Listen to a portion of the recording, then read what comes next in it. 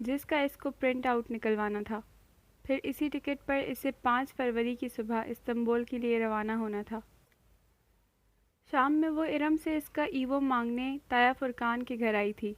اس کا نیٹ کام نہیں کر رہا تھا اور ابا ابھی آفس سے نہیں آئے تھے ورنہ ان کا استعمال کر لیتی۔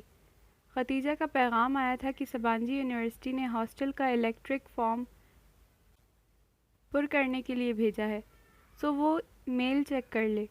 تایا فرقان لان میں بیٹھے اخبار پڑھ رہے تھے، اسے آتا دیکھ کر مسکرائے۔ آ گئی تایا کی یاد؟ انہوں نے صفحہ پلٹتے ہوئے نرمی سے پوچھا۔ جی، وہ بظاہر مسکراتے ہوئے ان کے پاس چلی آئی، ورنہ اس روز کی صائمت آئی کی باتیں نشتر کی طرح چپتی تھی۔ فلائٹ کب ہے؟ وہ اخبار پر نگاہیں مرکوز کیے پوچھ رہے تھے۔ 5 فروری کو۔ اپنا خیال رکھنا، ویسے بیٹیوں کو تنہا اتنا دور بھیجنا نہیں چاہیے۔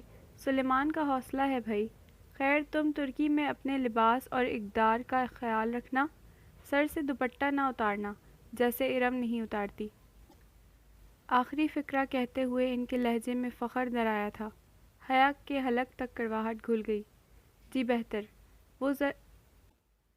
وہ میں ذرا ارم سے مل لوں۔ وہ جان چھڑا کر اندر آ گئی۔ کاش کہ وہ تایا فرقان کو بتا سکتی کہ مغربی لباس جو وہ یہاں ان کی وجہ سے نہیں پہنتی وہاں ضرور پہنے گی۔ اس نے بہت سے ٹاپس اور جینز خرید کر اپنے سامان میں رکھ لیے تھے، اور رہی سر ڈھکنے کی بات تو وہ خیر سے سبانجی میں سختی سے حرام تھا۔ شکر ارم کمرے میں نہیں تھی، باتھ روم کا دروازہ بند تھا اور اندر سے پانی گرنے کی آواز آ رہی تھی۔ وہ بے دلی سے اس کے بیڈ پر بیٹھ گئی۔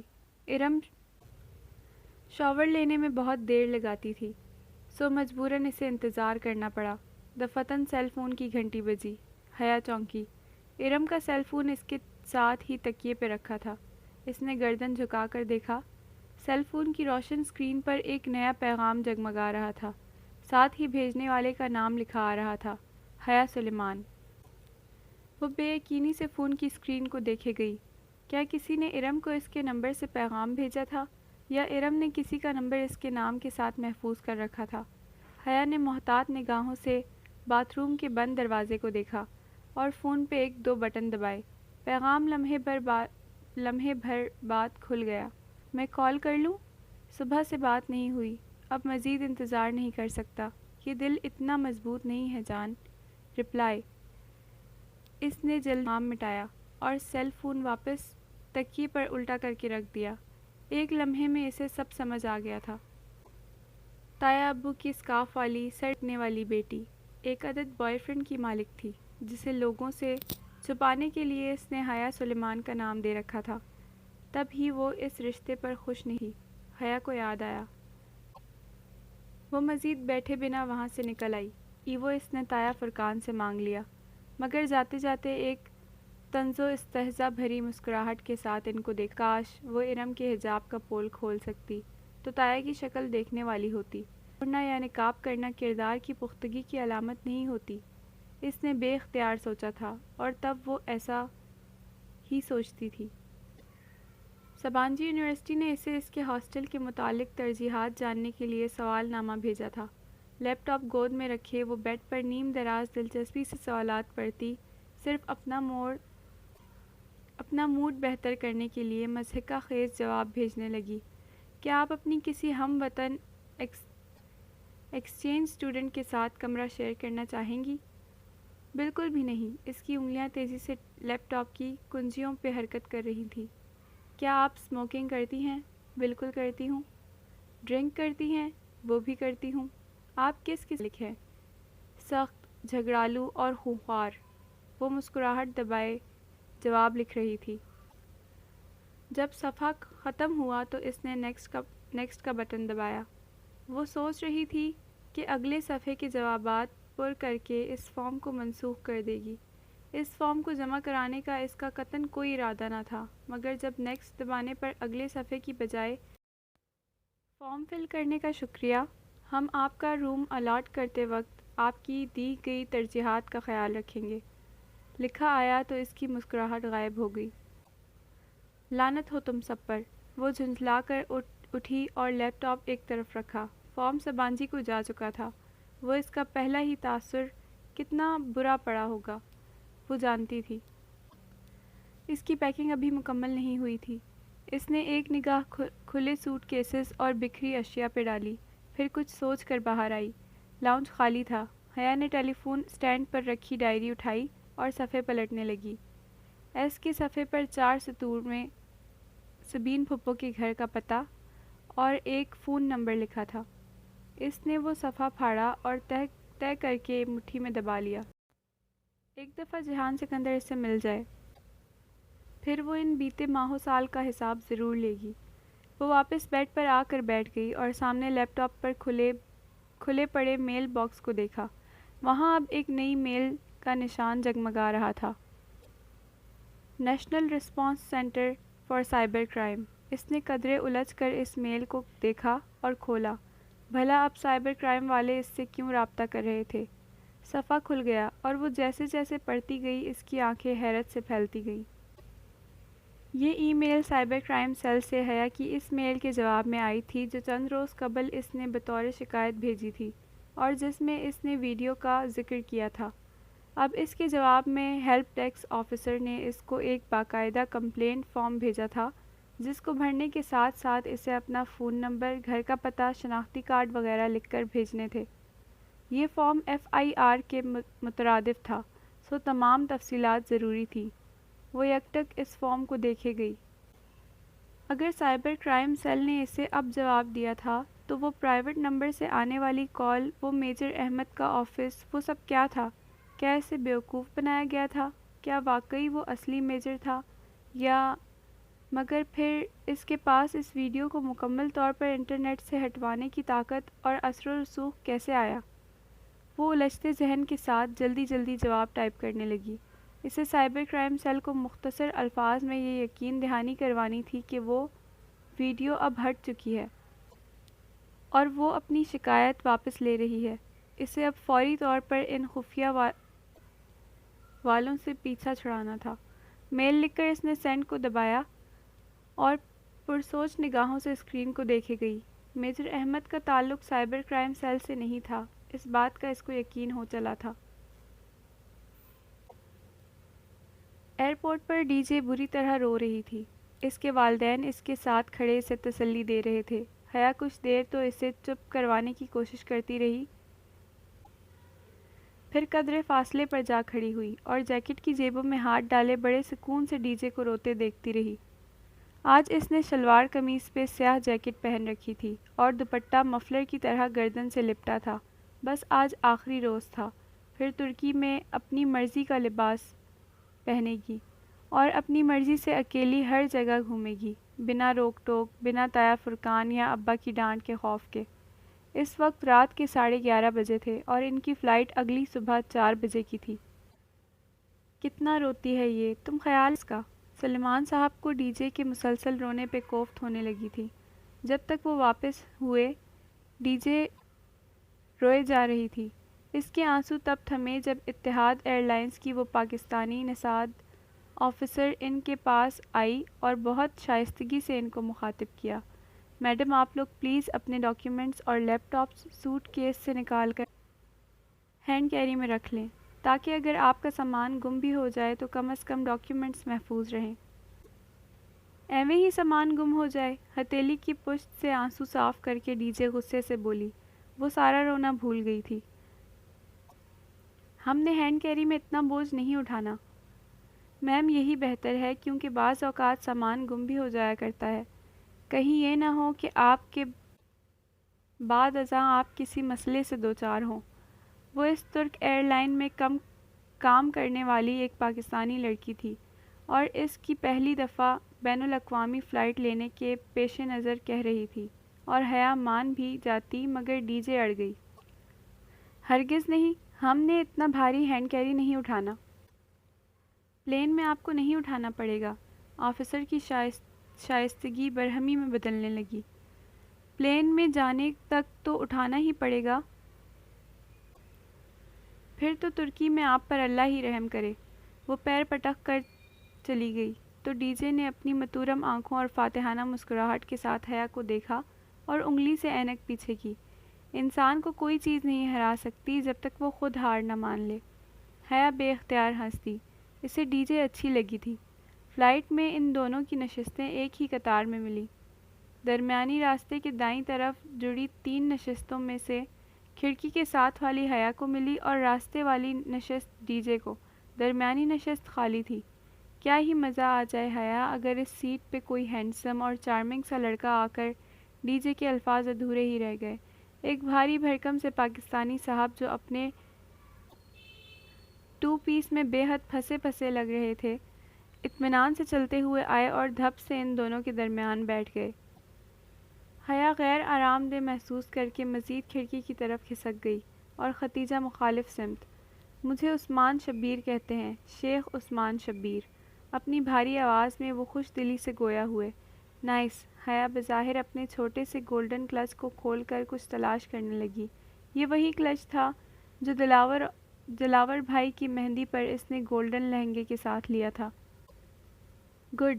ڈی جے نے میگزین اٹھا کر چہرے کے سامنے پھیلا لیا۔ میں ترکی سے آیا ہوں۔ دراصل وہیں رہائش پذیر ہوں۔ میری بیوی اور بیٹا بھی وہیں رہتے ہیں۔ حیا مزید اپنے پرس پہ جھک گئی اور ڈی جے نے میگزین چہرے کے اتنا قریب کر لیا کہ اس کی ناک صفحات کو چھونے لگی۔ مگر وہ میرا بیٹا نہیں ہے۔ جانتی ہو وہ کس کا بیٹا ہے؟ مزید نظر انداز کرنا بیکار تھا۔ حیا نے رخ عثمان شبیر کی طرف موڑ لیا اور ڈی جے نے بیزاری سے میگزین نیچے کر لیا۔ آپ بتائیں کس کا بیٹا ہے وہ؟ عثمان شبیر کو شاید برسوں سے کسی سامع کی تلاش تھی۔ وہ اپنی داستان حیات فوراً ہی شروع کر بیٹھے۔ ڈی جے مسلسل جمائیاں روک رہی تھی اور حیات بوریت محسوس کر رہی تھی۔ وہ کل صبح کی جاگی ہوئی تھی اور اب اس صبح کے 4:30 بج رہے تھے۔ اوپر سے جہاز کا سفر اس نے ڈی جے کے سامنے ظاہر نہیں کیا تھا کہ وہ پہلی بار جہاز میں بیٹھ رہی ہے۔ آخر ڈی جے کیا سوچتی کہ کیسی لڑکی ہے، کبھی ہوائی سفر ہی نہیں کیا۔ اب کیا بتاتی کہ کبھی کوئی ایسی صورت ہی نہیں بن سکی۔ اس سب کے بعد اس صاحب کی المناک داستان جو مختصراً کچھ ایسے تھی کہ وہ اور ان کی بیگم عرصہ 30 سال سے ترکی میں رہائش پذیر تھے۔ چونکہ اولاد نہیں تھی اس لیے انہوں نے عثمان صاحب کے ایک کزن کا بیٹا گود لیا تھا۔ وہ بیٹا بے جا لاڈ پیار سے خاصا بگڑ چکا تھا۔ سو اس صورتحال کو سنوارنے کے لیے انہوں نے اپنی بھانجی سے اس کا رشتہ طے کر دیا، جس پہ 8ویں فیل بھانجی صاحبہ بہت خوش اور بیٹا بہت ناراض تھا، اور اس سے بیشتر کہ وہ اپنی پاکستان آمد کی وجہ بیان کرتے مینیو کارڈز آ گئے۔ وہ دونوں پھر سے تازہ دم ہو گئیں۔ مینیو پہ کچھ نام جانے پہچانے اور کچھ اردو میں ملتے جلتے تھے۔ جیرا آلو وتھ سبز کٹلیٹس، پنیر جلفریزی، سادہ پراٹھا، تیکھی بریانی وغیرہ۔ حیا نے ڈی جے کی طرف سوالیہ نگاہوں سے دیکھا۔ درمیان میں موجود بھاری بھرکم دیوار کے باعث وہ آگے ہو کر بیٹھی تھی۔ کچھ سمجھ نہیں آ رہا تھا کہ کیا منگوائیں۔ ٹرکش فوڈ بہت زبردست ہوتا ہے اور ترک لوگ کھانے کے بہت شوقین ہوتے ہیں۔ میں بتاتا ہوں کہ کیا منگواؤ۔ دونوں نے ایک دوسرے کو دیکھا اور پھر متذبذب سی حیا نے ہتھیار ڈال دیے۔ بہت بہتر، بتائیے۔ وہ گہری سانس لے کر پیچھے ہو کر بیٹھ گئی۔ پہلے تو سیادیت سمک منگواتے ہیں۔ یہ روایتی ترک چاول ہیں، سفید مچھلی، فرائیڈ پیاز اور کاجو کے ساتھ۔ مشروم اینڈ چیز آملیٹ، جیرا آلو۔ وہ بہت اعتماد سے آرڈر لکھواتے گئے، مگر جب کھانا آیا تو حیا کا دل خراب ہونے لگا۔ کھانے کی خوشبو سونگھ کر ہی جی متلانے لگا تھا۔ عثمان شبیر بڑے بڑے لقمے لیتے مزے سے کھا رہے تھے۔ ڈی جے بمشکل 1 چمچ لے کر ہی دوہری ہو گئی۔ حیا بھی بد مزہ ہو گئی تھی۔ اتنا پھیکا سالن اس نے آج تک نہیں کھایا تھا۔ بمشکل چکھ کر انہوں نے برتن پرے کر دیے۔ عثمان شبیر ابھی تک پوری دل جمعی کے ساتھ کھا رہے تھے۔ عجیب سی خوشبوئیں ان کے نتنوں میں گھس رہی تھی۔ اگر یہی ترک فوڈ تھا تو اسے لگا وہ ترکی میں 5 ماہ بھوکی رہے گی۔ ایسا جی تو اس کا بس میں بھی نہیں متلاتا جیسے ادھر ہو رہا تھا۔ وہ چہرے پر دوپٹہ رکھ کر سو گئی۔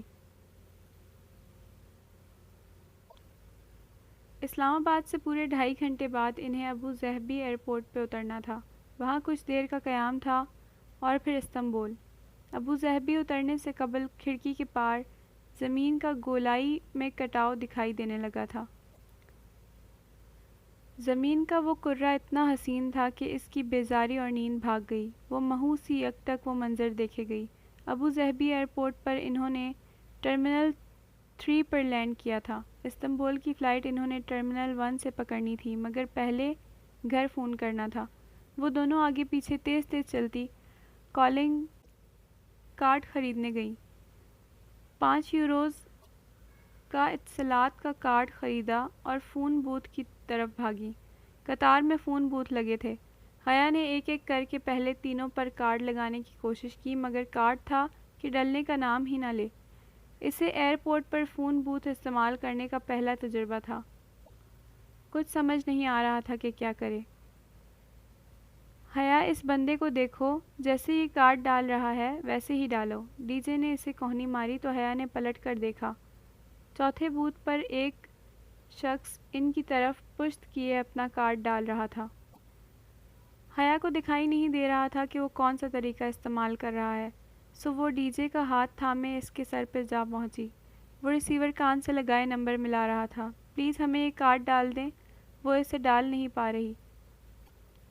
حیا نے کارڈ اس کی طرف بڑھایا۔ وہ چونک کر پلٹا۔ وہ سیاہ رنگت، گھنگریالے بالوں اور اونچے قد کا حبشی تھا۔ اس نے ایک ہاتھ سے کارڈ لیتے ہوئے ان دونوں لڑکیوں پر نگاہ ڈالی۔ ایک سیاہ لمبے بالوں اور بڑی آنکھوں والی خوبصورت سی لڑکی جو کہ جیکٹ کی جیبوں میں ہاتھ ڈالے کھڑی تھی۔ دوسری بڑے چشمے اور ڈھیلی پونی والی لڑکی جس نے سویٹر طے کر کے بازو پر ڈال رکھا تھا۔ دونوں منتظر سی اسے دیکھ رہی تھیں۔ اچھا، میں ذرا بات کر لوں؟ پھر اسے شاید کان سے لگے ریسیور میں کوئی آواز سنائی دی تھی، تب ہی رخ موڑ لیا۔ وہ دونوں اسی طرح کھڑی اسے دیکھتی رہیں۔ ان سے وہ انگریزی میں مخاطب ہوا تھا، مگر اب فون پہ عربی میں بات کر رہا تھا۔ ڈی جے تو بور ہو کر ادھر ادھر دیکھنے لگی، مگر شریعہ اینڈ لاء کے 5 سالوں نے حیا کو عربی اچھی طرح سے سکھا دی تھی۔ انٹرنیشنل اسلامک یونیورسٹی میں اپنے LLB کے پہلے برس ان کو عربی ہی سکھائی جاتی تھی، اور ان کی کلاسز میں الجیرین اور مصری اساتذہ انہیں عربی میں ہی لیکچر دیا کرتے تھے۔ میں استنبول آ رہا ہوں، وہ اب رخ پھیرے قدرے پریشانی سے کہہ رہا تھا۔ ہاں، شام تک گھر پہنچ جاؤں گا۔ تم نے حارث کو ڈاکٹر کو دکھایا؟ اچھا، کیا کہتا ہے ڈاکٹر؟ کر دوں گا پیسوں کا انتظام۔ کہا جو ہے، بار بار ایک ہی بات مت دہرایا کرو، جاہل عورت۔ تیش سے اس کی دبی دبی سی آواز بلند ہوئی۔ ہاں، میری عبد الرحمن سے بات ہو گئی تھی، اسی کے کام کے لیے خوار ہو رہا ہوں، مگر وہ زیادہ رقم نہیں دے گا۔ ایک جگہ اور بھی بات کی ہے۔ اس نے رک کر کچھ سنا اور پھر مزید جھنجھلاہٹ سے بولا، اچھا، فون رکھ رہا ہوں، مرحبا۔ اس نے کھٹاک سے فون رکھا اور ان کی طرف پلٹا۔ سوری گرلز، بمشکل چہرے پر بشاشت لاتے ہوئے وہ اب ان کا کارڈ لگانے لگا۔ پہلی ہی کوشش کامیاب ہو گئی۔ وہ شاید کارڈ کو الٹا پکڑ رہی تھی۔ لیجئے، سیاہ فام نے ریسیور ان کی طرف بڑھایا، پھر ان سے ہٹ کر دور چلا گیا۔ بس 1 منٹ کی کال کریں گے۔ حیا نے نمبر ملاتے ہوئے ڈی جے کو تنبیہ کی۔ سلیمان صاحب نے پہلی ہی گھنٹی پر فون اٹھا لیا۔ وہ چپ ہوئی کہ نہیں؟ توبہ، کتنا روتی ہے؟ جی جی ابا جی۔ وہ چپ ہو گئی ہے اور پھر جلدی اپنی خیریت بتا کر فون بند کر دیا۔ ڈی جے نے بھی بمشکل 1 منٹ ہی گھر میں بات کی تھی۔ بعد میں بقیہ رقم دیکھی تو بمشکل 1 یورو استعمال ہوا۔ باقی 4 یوروز کا بیلنس ابھی بھی موجود تھا۔ دونوں اپنی عجلت اور کنجوسی پر خوب پچھتائیں کہ اب ابو ظہبی سے نکل کر تو یہ کارڈ کسی کام کا نہیں تھا۔ حیا نے اسے اپنے گولڈن پاؤچ میں ڈال دیا۔ اب انہیں اپنا سامان لینا تھا۔ وہاں بہت سے ٹائرز چل رہے تھے۔ ہر ٹائر پر بیگز اور سوٹ کیس قطار میں رکھے چلے آ رہے تھے۔ انہیں قطعاً علم نہیں تھا کہ اپنے بیگ کو کہاں تلاشیں۔ وہ دونوں بدحواس سی ایک ٹائر سے دوسرے کی طرف بھاگنے لگی۔ ڈی جے کا تھوڑی دیر میں ہی سانس پھول گیا۔ کبھی حیا کو ایک جگہ اپنے سیاہ سوٹ کیس کا گمان گزرتا تو وہ ڈی جے کا ہاتھ کھینچ کر ادھر بھاگتی۔ مگر قریب سے دیکھنے پہ وہ کسی اور کا بیگ نکلتا تو کبھی ڈی جے اپنے بھورے تھیلے کو پہچان کر چلاتے ہوئے ایک طرف دوڑتی، مگر اس پر کسی اور کا نام درج ہوتا۔ حیا بتاؤ اب بیگز کہاں ڈھونڈیں؟ ڈی جے نے پریشانی سے اسے دیکھا۔ اس کا سانس دھوکنی کی طرح چل رہا تھا۔ حیا نے بمشکل تھوک نگلا اور چہرے پر آتے بال کانوں کے پیچھے اڑسے۔ اب سچ بولنے کا وقت تھا۔ ڈی جے مجھے سچ میں نہیں سمجھ آ رہی، میں آج زندگی میں پہلی دفعہ جہاز میں بیٹھ رہی ہوں۔ ڈی جے نے چند لمحے اس کا چہرہ دیکھا، پھر ہتھیلی اس کے سامنے پھیلائی۔ ہاتھ مارو، میں بھی آج پہلی دفعہ جہاز میں بیٹھی ہوں۔ حیا نے زور سے اس کے ہاتھ پہ ہاتھ مارا اور دونوں ہنس پڑیں۔ کافی دیر بعد ان کو ٹائرز کی لسٹ نظر آئی جس پر ہر فلائٹ کے مخصوص ٹائر کا نمبر درج تھا۔ فہرست دیکھ کر 2 منٹ میں ہی اپنا مطلوبہ ٹائر مل گیا۔ سامان لے کر حیا اتنا تھک چکی تھی کہ جب ڈی جے نے وہی ایک جگہ چمکتے فرش پہ بیٹھنے کو کہا تو وہ اپنا سارا نخرہ اور غرور بھلا کر ادھر زمین پر بیٹھ گئی۔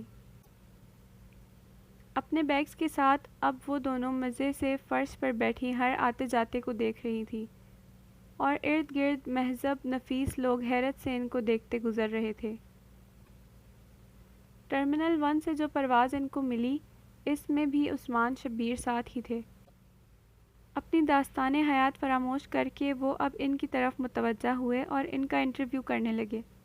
کون ہو، کہاں سے آئی ہو، کیوں آئی ہو، ترکی میں کہاں جانا ہے، کیوں جانا ہے؟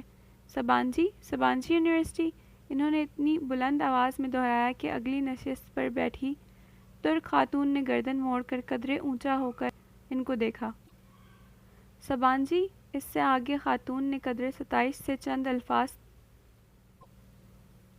ترکی میں کہے جو حیا کو سمجھ نہ آئے۔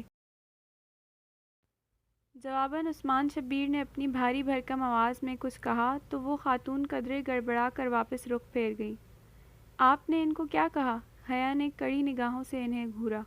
کچھ نہیں، تم بتاؤ، یہ پاکستان میں والدین اتنے آزاد خیال کب سے ہو گئے کہ جوان بچیوں کو اکیلے ترکی بھیج دیں؟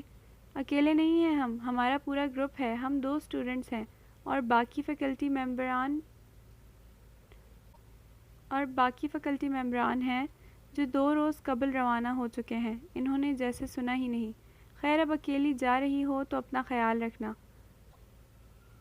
نماز پڑھا کرو، قرآن پڑھا کرو، پردہ کیا کرو، سچ بولا کرو، اللہ ڈرو۔ غرض ہر وہ بات جو اپنے بیٹے کی تربیت کے وقت انہیں بھول گئی تھی اب اچانک یاد آ گئی۔ حیا نے قدرے جھنجھلا کر رخ پھیر لیا۔ دوپہر 2 بجے کھڑکی کے اس پار نیچے، بہت نیچے، وہ پرفسوں منظر پھیلنے لگا۔ مرمرہ کا سمندر، اوپر بادل اور برف، یوں جیسے نیلی چادر پہ سفید روئی کے گالے تیر رہے ہوں۔ وہ اس منظر کے سحر میں کھوتی چلی گئی۔ جہان سکندر کا ترکی اس کے قدموں تلے تھا۔ یہ رکھ لو۔ پرواز اترنے کا اعلان ہونے لگا تو نہایت زبردستی عثمان شبیر نے اپنا وزٹنگ کارڈ اسے تھمایا۔ اس پر میرے گھر کا سیل اور آفس نمبر لکھا ہے۔ کبھی کبھار میں گھر پر نہیں ہوتا اور کبھی کبھار میرا سیل بھی آف ہوتا ہے، لیکن آفس کے نمبر پر میں ہمیشہ ملتا ہوں۔ میری سیکریٹری کی فضولیات سے بچنے کے لیے ڈائریکٹ میری پرائیویٹ ایکسٹینشن ڈائل کرنا۔ وہ ہے 14 یعنی 14، کیونکہ میری اور پاکستان کی تاریخ پیدائش 14 اگست ہے۔ رکھ لو، ضرورت پڑ سکتی ہے۔ عثمان شبیر سے بمشکل جان چھوٹ رہی تھی۔ ان کو کبھی کال کرنا یا دوبارہ ملاقات کا تصور ہی حیا کے لیے سوہان روح تھا۔ پھر بھی ان کے اصرار پر اس نے اپنے سنہری پاؤچ میں وہ کارڈ دیکھے بغیر رکھ لیا۔ اتا ترک انٹرنیشنل ایئرپورٹ استنبول کی یورپی طرف واقع تھا۔ یہ اسے بعد میں علم ہوا تھا، البتہ جو بات اسے ہمیشہ سے معلوم تھی وہ یہ تھی کہ استنبول دنیا کا وہ واحد شہر تھا جو 2 خطوں کو باہم ملاتا ہے، یورپ اور ایشیا۔ استنبول کے 2 حصے تھے، ایک یورپی طرف کہلاتا تھا اور دوسرا ایشیائی طرف یا اناتولین طرف کو عرف عام میں پرانا شہر بھی کہا جاتا تھا۔ وہ دونوں جب اپنے سامان کی ٹرالیاں دھکیلتے آگے آئیں تو رومی فوم کے 2 ارکان ان کو مل گئے جو انہیں لینے آئے ہوئے تھے۔ رومی فوم ایک ترک NGO تھی جو بالخصوص ایکسچینج اسٹوڈنٹس کا بہت خیال رکھتی تھی۔ وہ 2 لڑکے تھے، احمد اور چغتائی۔ چغتائی نام تو ہمارے ہاں بھی ہوتا ہے، جیسے مصور عبدالرحمن چغتائی، ہے نا حیا؟ ڈی جے نے سرگوشی کی تھی۔ السلام علیکم۔ وہ بہت گرم جوشی اور احترام سے ملے۔ چغتائی نے ان سے بیگز لے لیے۔ آئیے باہر، گاڑی انتظار کر رہی ہے۔ چغتائی برادرز، پلیز پانی پلا دیں، بہت پیاس لگی ہے۔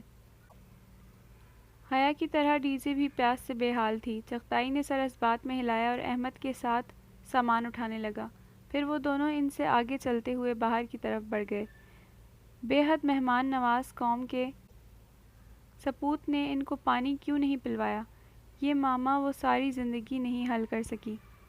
کبھی امکان یہ تھا کہ چغتائی کی انگریزی کمزور تھی، جس کے باعث وہ ان کا مدعا سمجھ نہیں پایا تھا۔ باہر نکلنے سے قبل انہوں نے اپنی رقم ترک لیرہ اور یوروز میں تبدیل کروا لی تھی۔ 1 لیرہ پاکستانی 25 روپے کا تھا اور 1 یورو 125 روپے کا۔ 55 125 55 125 ڈی جے زیر لب کرنسی کی مالیت کا حساب لگاتی اور ان کی قیمت یاد کرتی باہر آئی تھی۔ ایئرپورٹ کا دروازہ کھلتے ہی یک بستہ ہڈیوں میں گھستی، خون منجمد کرتی لہر نے ان کا استقبال کیا کہ چند لمحوں میں حیا کے ہونٹ نیلے پڑنے لگے۔ یہاں مری اور ایوبیا کی سرد ترین ہوا سے بھی کئی گنا سرد ہوا چل رہی تھی۔ حیا نے بے اختیار بازو سینے پر لپیٹ لیے۔ وہ ٹھٹھرنے لگی تھی۔ ان کا سامان خاصا وزنی اور بے تحاشا تھا۔ دونوں لڑکے سرمئی رنگ کی ہائی ایس میں بیگز رکھتے ہانپ گئے تھے۔ آپ واقعی صرف 5 ماہ کے لیے آئی ہیں؟ چغتائی نے سادگی سے پوچھا، تو احمد نے موضوع بدل دیا۔ ہماری روایت ہے کہ جو بھی اتا ترک ایئرپورٹ سے استنبول آتا ہے، ہم اسے سب سے پہلے سلطان ابو ایوب انصاری کے مزار پر لے جاتے ہیں۔ اس سے اس کا ترکی میں قیام اچھا گزرتا ہے۔ احمد کہہ کر بیگ گاڑی میں رکھنے لگا تو ڈی جے نے سرگوشی کی، مگر حیا، یہ تو توہم پرستی ہے اور شرک ہے۔ اس نے زور سے کوہنی مار کر ڈی جے کو خاموش کروایا، پھر اندر بیٹھتے ہوئے دبی آواز میں گھر کا میزبانوں سے اس سردی میں بحث کی تو وہ تمہیں یہیں چھوڑ کر چلے جائیں گے۔ پاگل، صبح تک منجمد ہو کر پڑی ہوگی اور آئندہ ترکی آنے والے سب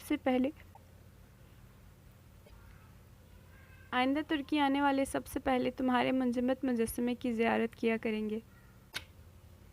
احمد کو ٹوٹی پھوٹی انگریزی آتی تھی، سو وہ سارا راستہ گرد و پیش کے متعلق بتاتا رہا۔ حیا کو اس سفر نامے سے دلچسپی نہ تھی، سو رخ پھیرے کھڑکی کے باہر دیکھے گئی۔ وہ جو امریکی فلموں والی بلند و بالا تر عمارتوں کی آس لگائے بیٹھی تھی، قدرے مایوس ہوئی، کیونکہ استنبول شروع میں تو یوں لگا جیسے اسلام آباد ہو، مگر آہستہ آہستہ غور کرنے پر معلوم ہوا کہ نہیں، وہ واقعی یورپ تھا۔ دکانوں کے چمکتے شیشے، مغربی لباس میں پھرتے لوگ، دکانوں کی چھتوں اور درختوں کے اوپر پڑی برف اور سڑک کنارے بچھی برف کی تہیں، گویا سفید گھاس ہو۔ عجیب بات یہ تھی کہ اس قہر اور سردی میں بھی ترک لڑکیاں بڑے مزے سے منی اسکرٹس میں ملبوس ادھر ادھر گھوم رہی تھیں۔ خدا کرے آج رات برف نہ پڑے، چغتائی نے موڑ کاٹتے ہوئے ایک پرتشویش نگاہ باہر پھیلے برف زار پہ ڈالی۔ ہاں، خدا کرے رات واقعی برف نہ پڑے، احمد نے تائید کی۔ حیا اور ڈی جے نے ایک دوسرے کو دیکھا اور پھر ڈی جے آہستہ سے اردو میں بڑبڑائی، ایویں نہ پڑے، خود تو برف باری دیکھ دیکھ کر اکتا چکے ہیں، ہمیں تو دیکھنے دیں، اللہ کرے رات برف ضرور پڑے، آمین ثم آمین۔ اور حیا نے دل میں اس کی تائید کی۔ ونڈ اسکرین کے اس پار یورپین شہر کا اختتام دکھائی دے رہا تھا۔ آگے نیلا سمندر بہہ رہا تھا اور اس کے دوسری طرف استنبول کا ایشیائی حصہ آباد تھا۔ دونوں حصوں کو ایک عظیم الشان پل نے جوڑ رکھا تھا، 2 خطوں کا ملاپ، 2 تہذیبوں کا سنگم۔ مرمرا کے سمندر کا جو حصہ استنبول کے درمیان سے گزرتا ہے، اسے بوسفورس کا سمندر کہا جاتا ہے۔ اس پل کا نام بھی بوسفورس برج ہے، احمد نے بتایا۔ مگر ہم تو مزار پر جا رہے تھے، جو کہ یورپین حصے میں ہی ہے۔ پھر پل عبور کرنے کا مقصد؟ قریب آتے پل کو دیکھ کر حیا نے حیرت سے پوچھا، کیونکہ پل کے اس طرف اناتولین شہر تھا۔ ہم نے پل عبور نہیں کرنا، اس کے قریب سے کسی کو اٹھانا ہے۔ ہم دونوں یہاں سے چلے جائیں گے، آگے مزار تک آپ کو اسی نے لے کر جانا ہے۔ چغتائی نے گاڑی ایک طرف روک دی۔ احمد اب لاک کھول کر باہر نکل رہا تھا۔ حیا نے اس خوبصورت اونچے پل کو دیکھا اور سوچا کہ کتنے برس وہ اسی پل پر سے گزرا ہوگا، کتنی ہی دفعہ اس نے بوسفورس کے نیلے پانی پہ چاند کی پریوں کا رقص دیکھا ہوگا۔ جب وہ اس سے ملے گی تو کیا اس کی آنکھوں میں استنبول کی سفید گھاس سی برف جمی ہوگی یا مرمرا کے پانیوں کا جوش ہوگا؟ اور کیا وہ کبھی اس سے مل پائے گی؟ اس خیال پہ اس کا دل جیسے مرمرا کے سمندر میں ڈوب کر کسی لٹی پٹی کشتی کی طرح ہولے سے ابھرا تھا۔ کھڑکی کے اس پار سے ایک دراز قد لڑکی کار کی طرف چلی آ رہی تھی۔ چہرے کے گرد سکارف لپیٹے، بلو جینز کے اوپر گھٹنوں تک آتا سفید کوٹ پہنے، وہ کوٹ کی جیبوں میں ہاتھ ڈالے سر جھکائے چلتی آ رہی تھی۔ اس کی رنگت استنبول کے سورج کی طرح سنہری اور آنکھیں بوجھل بادلوں کی طرح سرمئی تھی۔ وہ لڑکی ان دونوں ترک لڑکوں کے پاس پہنچی اور مسکراتے ہوئے چغتائی کے ہاتھ سے چابی لی۔ احمد پیچھے کھڑی ہائی ایس کی طرف اشارہ کر کے کچھ کہنے لگا۔ وہ لڑکی اپنی نرم مسکراہٹ کے ساتھ سر ہلاتی سنتی گئی۔ پھر وہ دونوں لڑکے چلے گئے اور وہ لڑکی کار کی طرف آئی، دروازہ کھولا اور ڈرائیونگ سیٹ پہ بیٹھ کر گردن پیچھے گھمائی۔ سلام علیکم اور ترکی میں خوش آمدید۔ اس کی انگریزی شائستہ اور انداز بے حد نرم تھا۔ حیا نے محسوس کیا کہ ترک السلام علیکم کے بجائے سلام علیکم کہتے تھے۔ وعلیکم السلام۔ حیا نے اس کا بڑھایا ہوا ہاتھ تھاما تو اسے لگا اس نے اتنا نرم ہاتھ کبھی نہیں چھوا۔ وہ ہاتھ نہیں گویا مکھن کا ٹکڑا تھا۔ میرا نام ہالے نور ہے، میرا تعلق رومی فارم سے ہے۔ میں سبانجی سے میٹیریل سائنس اور انجینئرنگ میں ایم ایس کر رہی ہوں۔ ایئرپورٹ پر آپ کو لینے کے لیے بھی مجھے ہی آنا تھا، مگر میں کہیں پھنس گئی تھی، اس لیے نہیں آ سکی، بہت معذرت۔ اس نے کار واپس موڑ دی۔ حیا سلیمان؟ ختیجہ رانا۔ اس کے تعارف کو ہالے نور نے اپنی مخصوص مسکراہٹ کے ساتھ سنا اور سر اس بات میں ہلایا۔ وہ واقعی نور کا حالہ تھی، دھلی ہوئی چاندنی۔ اب ہم انصاری محلہ جا رہے ہیں، وہ اسٹیئرنگ گھماتے ہوئے بولی۔ محلہ؟ اردو والا محلہ؟ حیا؟ ڈی جے نے دھیرے سے سرگوشی کی۔ شاید تب ہی تو کہتے ہیں کہ اردو ترک سے نکلی ہے۔ تم نے میٹرک میں اردو زبان کے مضمون میں اس فقرے کا رٹا نہیں لگایا تھا؟